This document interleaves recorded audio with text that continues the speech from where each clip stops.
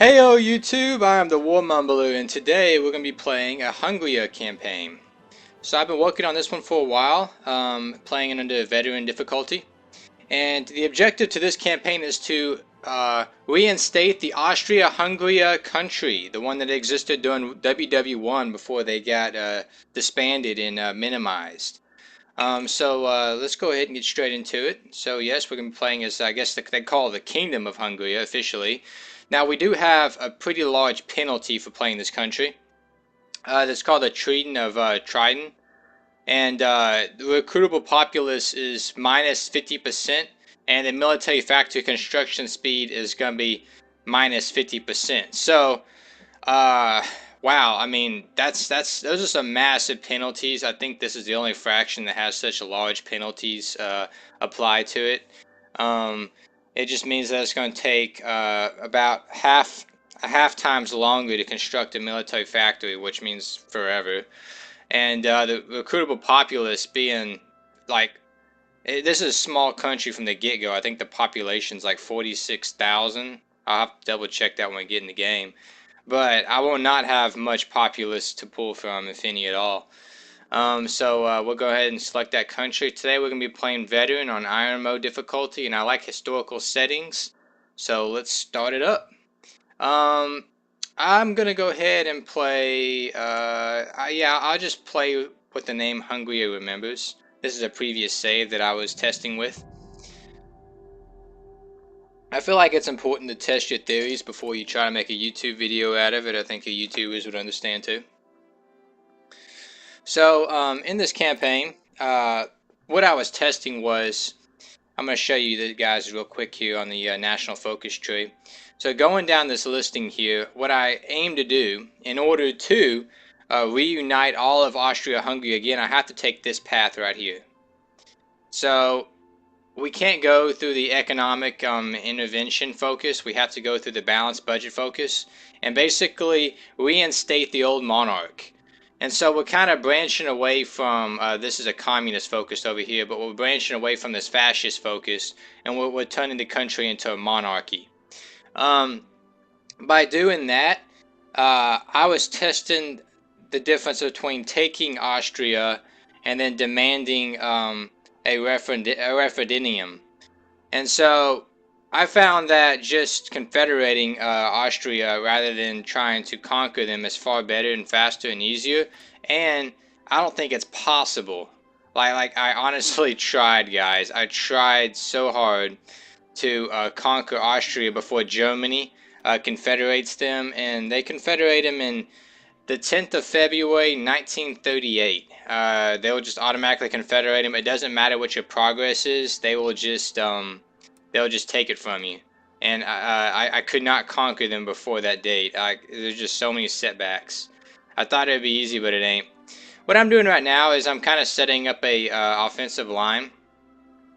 Now, this is like me just planning way ahead right now, but I already know that I'm going to be moving in the general direction to possibly go to war with Romania. I don't know if I will be going to war with them or not. We'll see if they're willing to confederate or not. They're willing to give up some of their land for my cause. If not, then we'll go to war with them. What I'm also doing is I'm going to go ahead and set up a separate general, and I just want him to just garrison this area right here. Not that it matters too much where I select the area at. And I'm going to go ahead and have him train. That way I can start working up some army points. It's going to be important for the wars to come. I'm going to go ahead and also, oh, I can't. I was going to add a trait to this guy, but I can't do that yet. So let's go ahead and start the balanced budget. We're just going to go straight down as quickly as possible with that. I'm not as big of a hurry to go to war as I would have been if I'd have gone to war with Austria in this campaign. So I'm actually going to start selecting economic focuses. Let's see here. So I mean, construction speed increase. This is like a really very much a basic pick of go-to technologies to pick right off the back of the game. And because military factories are going to take so long to produce, I'm going to do 2 civilian, 1, and we're going to do 3 infrastructure, 1, 2, 3. And it'll take a little while for those to finish up. So as far as my military factories go, we'll go ahead and start working towards a little bit of artillery. We're going to go heavy on the support equipment. and then whatever remains we'll throw into infantry equipment. Actually, now that I'm looking at it, let's do 2 and 3. I'd rather have more infantry equipment than supply equipment. I'm also training. I'm only training 2 divisions, guys, and not all 14 of them. Because they'll use up less of my ammunition. Which, guys, I want to point this out to you. My manpower pool right now is 52 people. That's going to be gone as soon as I start this game. It looks like our populace is 8.69 million, so the total manpower that I'm pulling from is 43.51 thousand. We are stuck in this disarmed nation of focus. I cannot alter that. Because I'm turning this country into a monarchy, I'm going down this national focus tree.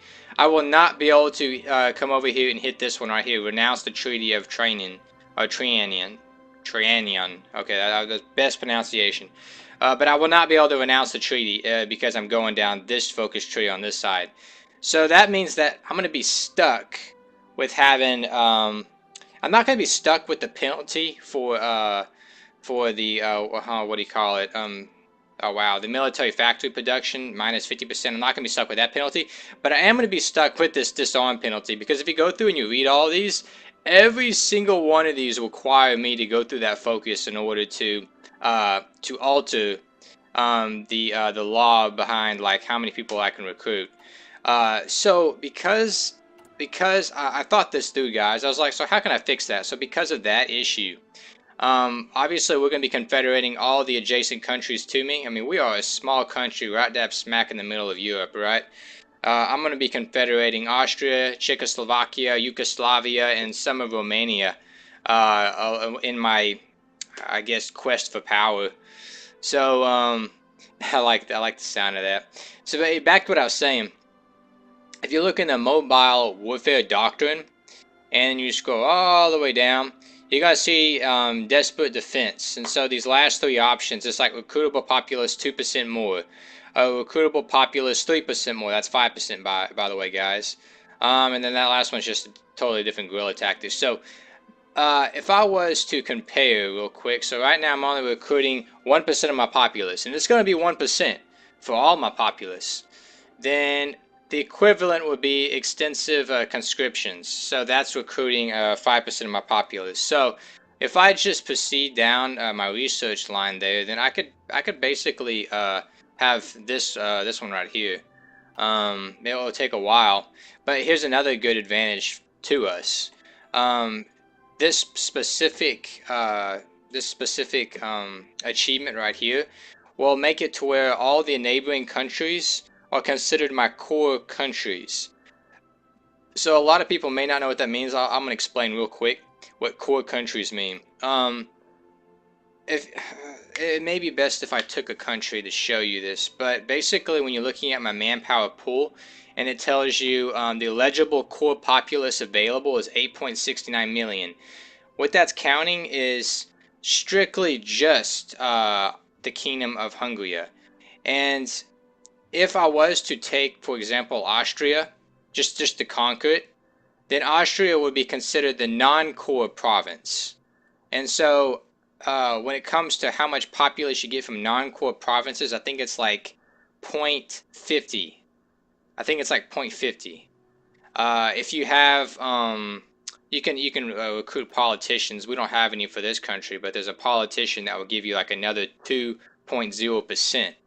From non-core countries, but doesn't matter because our national focus will actually make it to where we will gain all the populace from all the countries that we confederate. So moving forward, guys, I'm not going to worry about the templates. Let's go ahead and get to the resources here. We're going to go ahead and pull from Germany. We're going to pull from Portugal to get our steel from Germany and to get our tungsten from Portugal. So let's go ahead and let the game carry on out. I just want to look at the trade, make sure everything turns out okay. Good. Oh, I guess something else to consider, guys. I mean, let's go and put this game in fast forward. I don't need to slow it down anymore.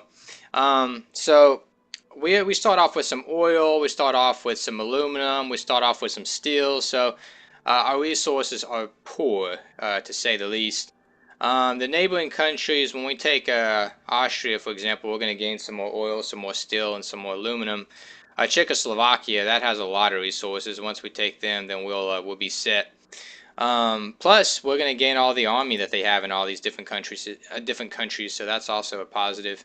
I mean, I'm not able to recruit any men right now because I have no manpower at all. Let's go ahead and disband the wings. Oops, I grabbed only one. How to do that is just shift, click, click, click.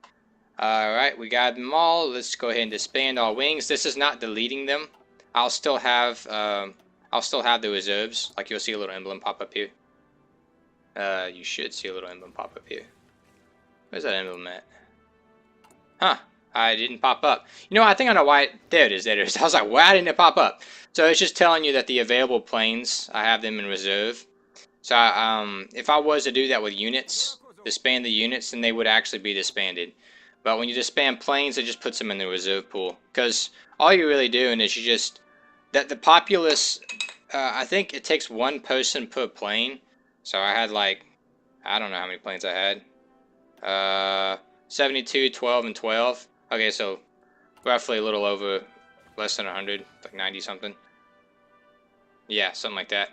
But anyway, so that didn't add a whole lot of manpower to my populace. But that manpower was quickly used up. Because it's trying to resupply my armies, which are probably low, in how many units are currently in them. Like you see here, oh, they're training.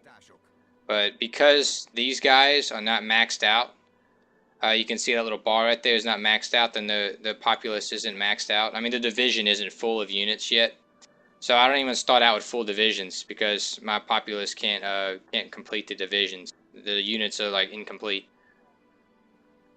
I gotta get a drink though. Ah, refreshing. So, back to what I was saying though. This is a really big deal, a really big issue, is the manpower problem. I have a solution, or we have a solution. If you look through the tech tree here, the focus tree, we're gonna have something called the secret rearmament, which is like secret recruitment. It's gonna increase it by 0.20. 0.20 is not a lot, but it's something. It means that I can start recruiting about 0.20% more of the populace. And just a little history for you guys. After World War I, Hungary is like outlawed for militarizing the country. I mean, yeah, we got some army divisions, but I mean, the reason why we're pushing up daisies over here and the how many recruitment we can have is because we're not allowed to militarize the country at all. I mean, that's why we had this treaty right here. So I gotta break that treaty by not... I'm gonna have to find my own way to get around the treaty, I guess. And, you know, I've already explained that. So right now what we're doing, we're waiting for the balanced budget to complete. Once that completes, I'll gain 120 more political power, which is a big deal. I'm gonna use that to recruit the silent workhorse, Zoltan Tiddly. And he's gonna give me 15% more political power per day. Oh, look at that. He's telling me, he's giving me the check mark, the green check. He's saying, hey, invasion would be successful if we invaded. So that's cool. Something that we need to start working towards, guys, I want to point this out too. If we go to the edit tree, and then we go to the division designer template, I can see that we only have recon and support artillery available. That's bad. And the reason that's bad is because basically we have no support equipment for our units, guys.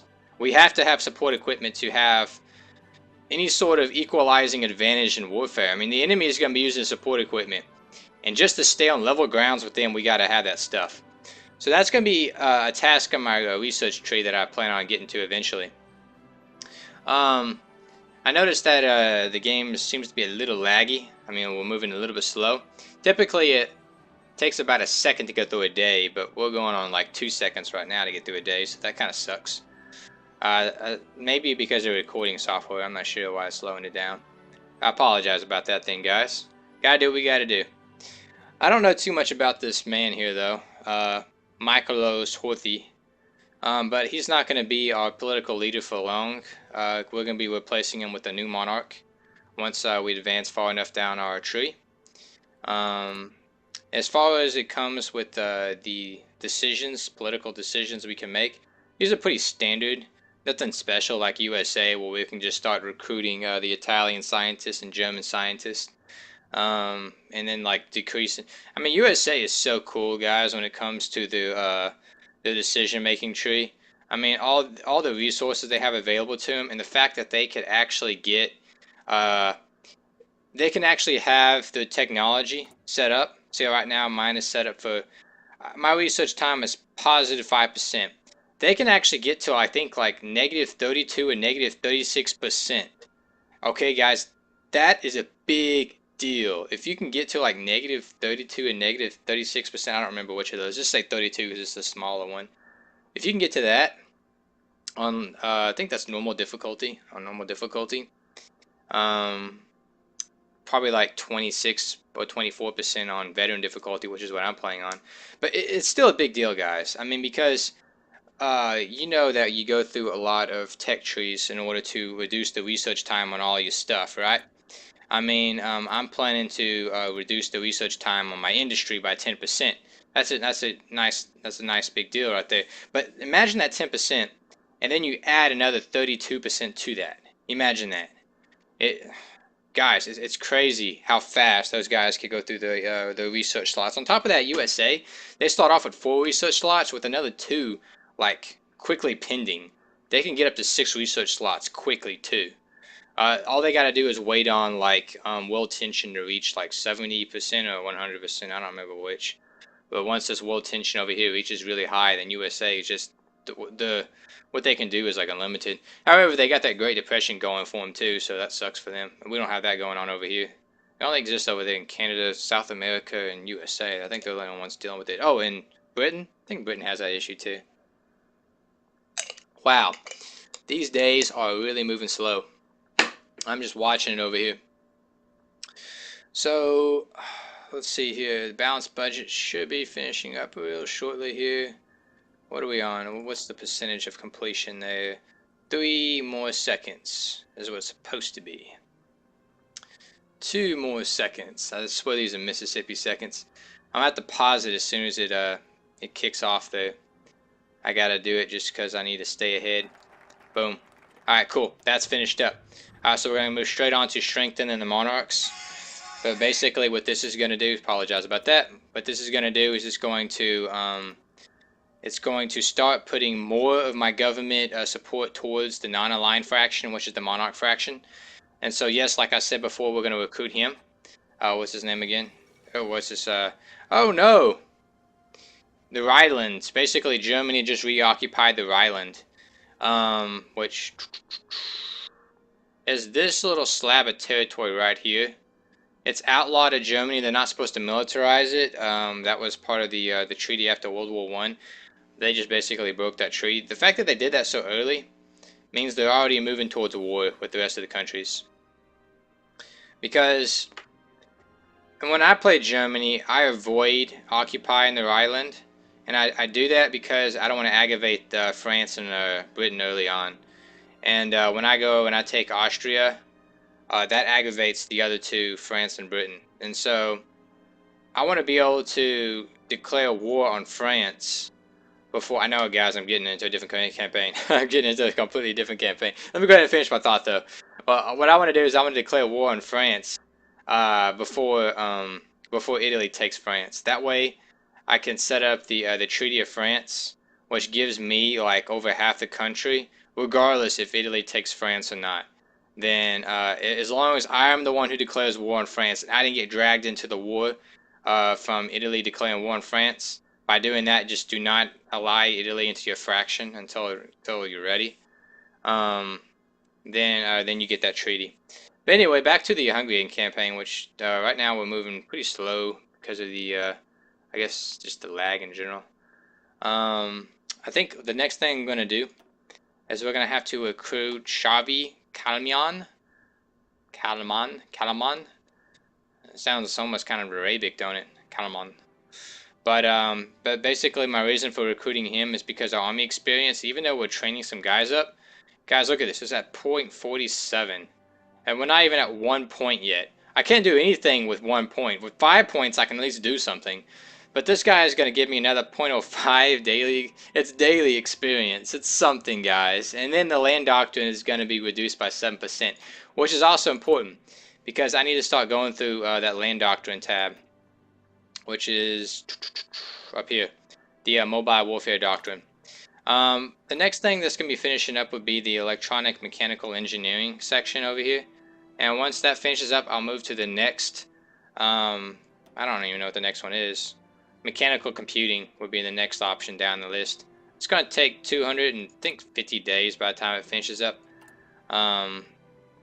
But it's worth it to take out that -5% towards all research. Something else too, guys, I was wanting to point out about this country. Look at the stability, and look at the war support. I mean, this country is ready to rock and roll with war. I mean, strong stability, strong war support. Even Germany doesn't have strong war support. In fact, they have really weak war support. Most countries do. And when we do end up electing the new monarch, he's going to give us another 10% towards our stability. And what's really cool about him, and I like a lot about him, is if you read up on that one there, political power gain, 20%, alright? Let's see, generate war goal tension limit, -25%. And then he also is going to give me 10% more stability. Although I didn't say that on that tab, but I know he will, because I've gone through this route before. Decisions available for the government, but we don't really care about the decisions for the government at the moment, guys, do we? We do have this research finishing up in 3 seconds. These are going to be a long 3 seconds, though. I really hate the wait on these things. Yeah, I mean, so it looks like it's raining right now in my country. I'm just looking at the weather forecast over my country. I really like the details in this game, guys. It's really cool. Alright, cool. You know, I don't even think there's a reason to pause this. But let's go ahead and hit that. Unpause. Back in the game. Alright, so the next thing to finish up would be basic machining tools. I'm kind of tempted, guys, to go through the industrial concerns next. I really am. I think we'll do that. I think we'll go through the industrial concerns next. And my reasoning for that is because if everything does go according to plan, then I won't be at war for quite some time. So this guy down here, I'll just put him second to the industry, because my industry is really bad right now. I mean, if you look at the production efficiency cap, I mean, we're negative 20% because we're on veteran, right? And then we're only about 30%. Factory output is 20%. We have no efficiency retention at all, which means that when I switch up my gear, if I was to switch to infantry equipment 2, then I'm going to lose all my progress towards the development of the equipment. They're going to have to rearm the entire populace, and it's going to take a long time before they can even rearm everybody. And I can even start stockpiling stuff. Oh, Spain's at war. About time they went to war. Been a while. Wait, they went to war fast, actually. That was really early they went to war. Usually they don't go to war this early. It's kind of different every time. In my experience, I don't go to war this early. It's 28th of April, 1936. You know, I always wanted to play a campaign on Poland. I think they'd be really hard to play, though. Just smack dab right in the middle of Germany and Russia. And both of them are just going to be playing tug-of-war with your country. God, Russia's big. I bet they have a lot of resources in it. Let's see. Alright. Ton of steel. Look at all these resources, guys. You can just see all these little blimps pop up. A lot more resources in Germany. Britain's got a lot of resources too. Look at all that steel. Chromium. France has steel in the pocket. Look at all that steel. 48, 40, 112, 102. Good God, they got no problems. Steel has got to be the most important resource in this game. You can't do anything without steel.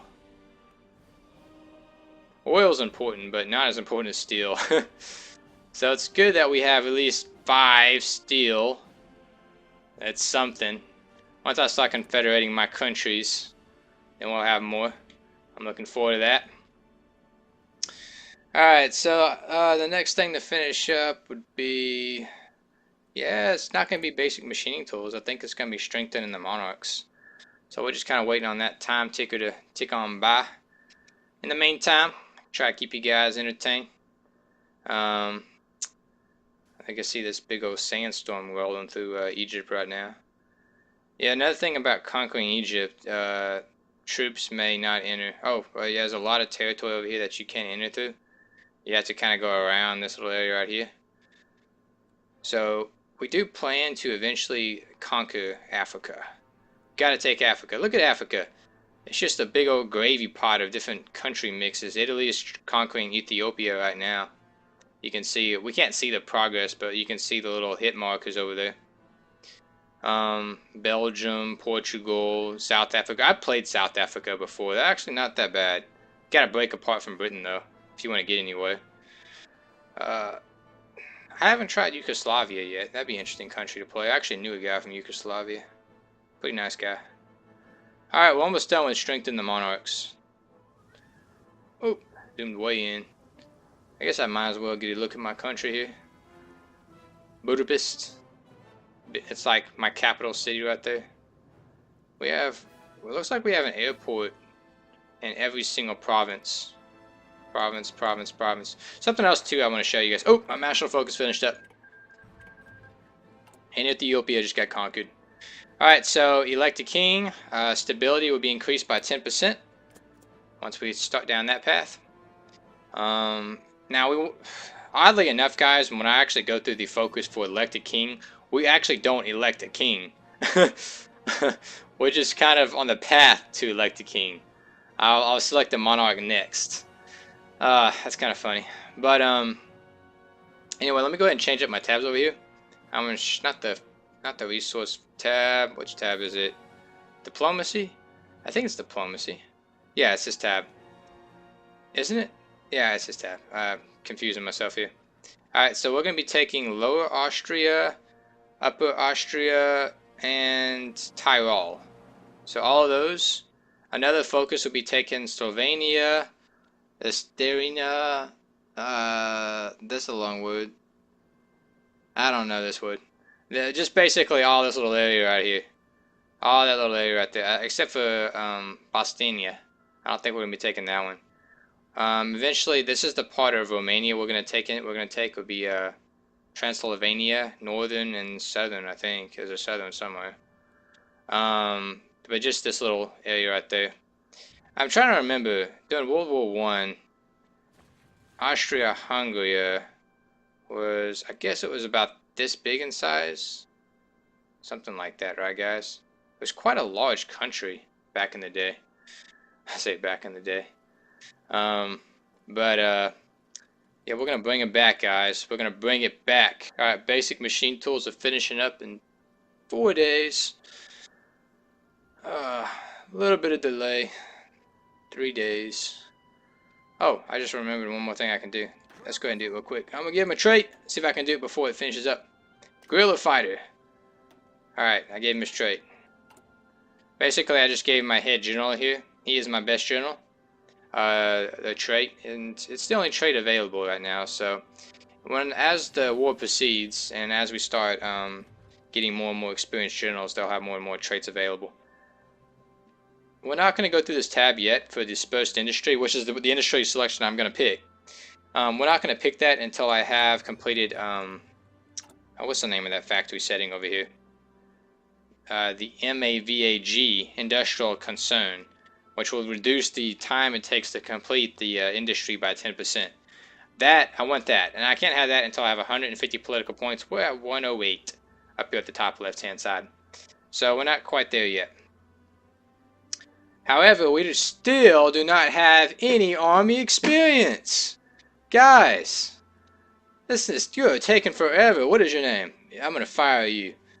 Giza Lacaras. Close enough. This guy actually has some decent skills, so you can't get on to Hungary for not having excellent generals. I mean, they actually have some decent guys. We got rank 4, rank 3, rank 2s, and rank 1. So that's already better than Italy. Italy only had like 1 rank 4 and a bunch of 2s, or 1, 2, and a whole bunch of 1s, I think. So our head general, he's got 3 attack, 4 defense, 2 skill, and then 4 on supply consumption. So he's really good at conserving supplies. I like that a lot. Probably should have him training. But the other guy here, Giza Lagadas, I'm just gonna call him. That's good enough. I mean, so he's also got a 3 on attack, 2 on defense, 3 on skill, and 2 on supply consumption. So not as good, but not bad generals at all. Looking at these other guys here, I could actually recruit a new commander, but I'm not gonna use my political points for that. That'd be a waste. You know, it'd be cool, guys, if when you confederate another country, you also inherit the generals that they would have in their country. Like, they just start working for you. That'd be cool, because then I can increase the listing of generals that are available. Why don't they do that? Why? I mean, if you're confederating a country, I mean, think about this. We're getting all the factories, right? We're getting all the resources, all the populace, everything. Everything about that country belongs to me now. It's military, all of it, except for the generals over the military. That makes no sense to me at all. I mean, I can kind of understand if I was Germany and I conquered France, then obviously I would probably execute all the generals. They would not be under, and they wouldn't work for me. I would understand that. But when you confederate another country, or like Czechoslovakia, when they willingly join my country, we unite in matrimony, in marriage under the pulpit there. Yeah, the general should work for me. So that's a game issue I got an issue with. You know, watch me say all this, and then as soon as I confederate a country, that proves me wrong, and then I'm wrong on this. You know, I hope I'm wrong on this. But if I recall, guys, you don't get the generals from the other countries you confederate. You're stuck with your own guys. And I don't have a lot of guys, and that's kind of upsetting. I could recruit more guys, but I'm not going to use up my political power right now to do that. So I only got like 5 guys. Yeah, 5, that's not a lot. But still glowing, like I can add another trait. I can't add another trait though. So stop glowing. Wait, what's that button over there? I just saw that. What's that? Pick a trait? Oh, they got a trait. I haven't picked that trait. What you gonna do? Okay. I mean, the traits will only become available as you fight, as they become more experienced, but hey, just guess kind of fooling around a little bit. So we're not aligned and we have no fraction. I haven't completed a campaign on Hungary, and I'll admit to that. I just kind of got through the beginning stages of it, and it's like, okay, good, let's make a video. And that's pretty much how I am, guys. Let's just do it. I like it. But I think that Germany is not our ally when I go through this tech tree. I kind of got that impression from Germany when they was unwilling to, I don't know, sign a non-aggression pact. You know, after a while, I was just like, I don't think these guys like me. So, just something to keep in mind there. But the elected king will be finishing up soon. We're not quite there yet. And 14 days left on the construction. We're about to get access to. Oh, this is actually finishing up perfectly, guys. So I need 3 more days for this, 12 more days for that. So that means I can start on industry as soon as that 150 finishes up. So it's 148 right now.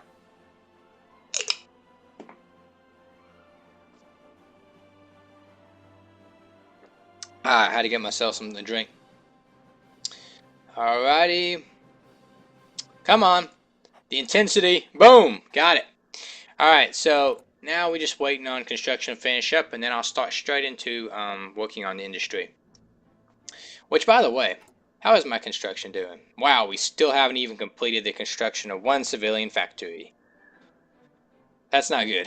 You know, I want to get into this conversation about the difference between civilian factories and construction, but let me go ahead and wait on this to finish up. Maybe I can actually finish a conversation before this finishes up.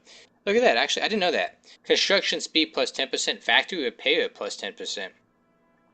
I didn't know it also contributed to the factory repair. It makes sense when you think about it, but when I always click on it, that's not something I pay attention to. I wonder if any of these others have any additional abilities that don't get listed on the original listing. I don't think so. Alright. Come on, come on. There we go. Gosh, it takes forever. Alright, 186 days compared to like 208 from before, so that's 10% off. Alright, what I was going to say was this, guys. So, a lot of people ask the question, a lot of people are concerned, and for the longest time I was confused about this too, but what do civilian factories do other than allowing you to trade resources and, you know, trade with other people?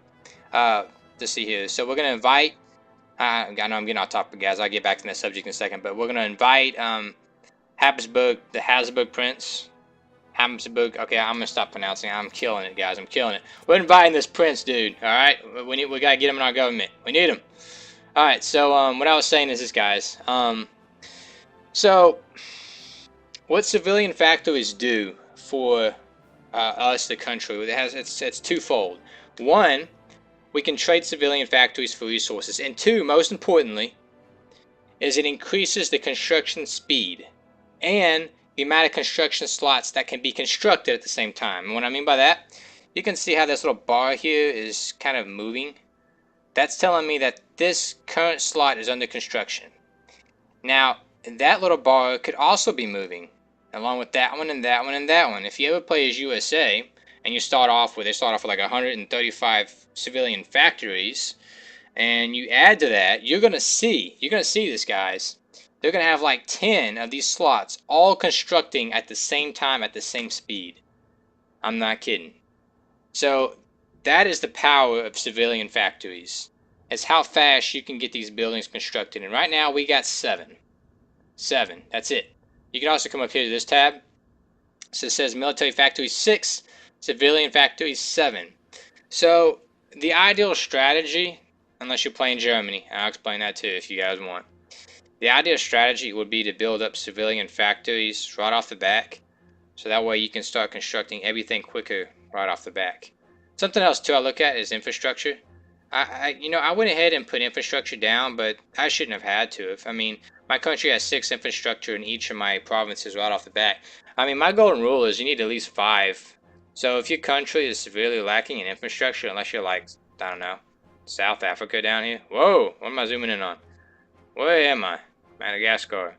Alright, I mean, this territory right here, if you're playing South Africa, this is like not uninhabited territory. It's called like the wastelands. Although I'm looking at this and it says it's plains. Okay, that's confusing. I swear to God, this territory is not habitable. There's no way they changed the game between the time last I played this and now. I thought this was a desert. See, right here it's called hills. Whatever. The point I'm getting at is look at that. Over here, the infrastructure is 3. I increased that infrastructure to 10 to access more building slots. Which, by the way, guys, that's the purpose of infrastructure. It allows you to access more building slots. Also, you won't access all your building slots, but if you go through your national focus, it'll increase the building slots per province too. So right now, if you look, I clicked on one of my provinces. I have 1 additional building slot I could use, but all the rest of these are locked. So if I increase my infrastructure, then I can access more of the rest of that stuff. But some provinces, the ones that are like, you can check them by how low the populace is, and the terrain they have in them. But some provinces, it doesn't matter how much infrastructure you put in them, it will not allow you to access any more building slots. One good thing about infrastructure, and I could be wrong on this, guys, but to my understanding, your units can move faster across your territory with the more infrastructure you have, because the idea is they're using trains. And what infrastructure basically is you're laying train tracks, which is monopolizing provinces and building up cities. I mean, that's how it happened in the old cowboy days. They had a lot of ghost towns because towns would actually follow the train track, and at junctions they would establish massive towns. And so it created rich territory and land. And that's a lot of history you guys probably don't care about. I just noticed that my journal is giving me the risky sign, telling me that invasions would be risky. Just something to notice.